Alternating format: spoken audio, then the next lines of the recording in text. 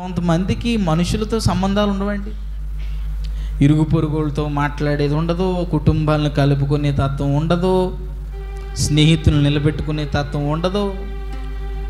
ఏమండి, కొడుకు కావాలా, కూతురు కావాలా, లేకపోతే భార్య కావాలి, పుట్టింటోళ్ళు కావాలి, అత్తింటోళ్ళు కావాలి, స్నేహితులు కావాలి, అందరినీ కలుపుకొని మనం ఉండాలి. వాళ్ళకి ఏదైనా అవసరం అంటే మనం నిలబడాలి, మనకి ఏదైనా అవసరం అంటే వాళ్ళతో మనం, ఇలాంటివి ఏముండవు.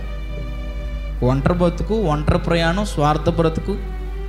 ఒకవేళ మన ఇంటికి ఎవరన్నా వస్తే వాళ్ళకి ఏమన్నా పెట్టేయాలేమో కాబట్టి మనం ఎవరింటికి వెళ్ళకూడదు.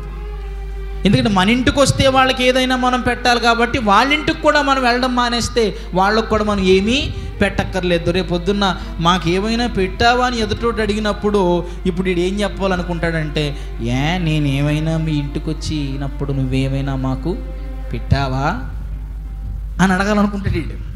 ఇంక అర్థమవుతుందా? కొంతమందిది స్వార్థ బ్రతుకులో. ఇంకో మాటలు చెప్పమంటారా, అన్నీ ఉన్నా కూడా పిల్లికి ఏమేరేళ్ళు చెప్పాలి. పిల్లికి ఏమేరు, నేను బాగుండాలా, నేను తినాలా, నాతోనే ఉండాలా, నేను బాగుంటే చాలు, ఎదటోడు ఎలా పోయినా నాకు అక్కర్లేదనుకునేటువంటి తత్వాలు ఉంటాయి. కొన్ని స్వార్థ బ్రతుకులు ఉంటాయి. అలాంటి వారు మన కుటుంబాల్లో కూడా ఉంటారు, మన జీవితాల్లో కూడా ఉంటారు.